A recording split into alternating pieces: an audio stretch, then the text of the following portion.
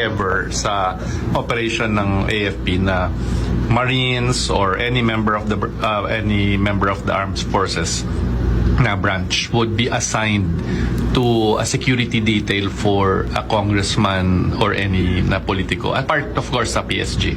Well, in the past, no, may mga ganitong instances tayo. By law, meron kasing certain personalities that are entitled to security detail.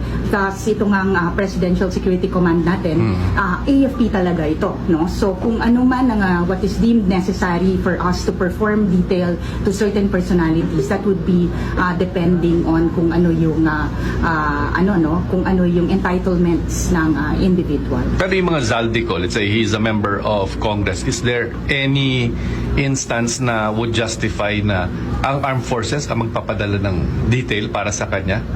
Hindi, no, sa mga Congress, hindi. Sa ngayon, ang Presidential Security Command natin, we perform security detail to the President, to the Vice President, and to the First Family. Oh, yung mga congressman walang ganon? Hindi.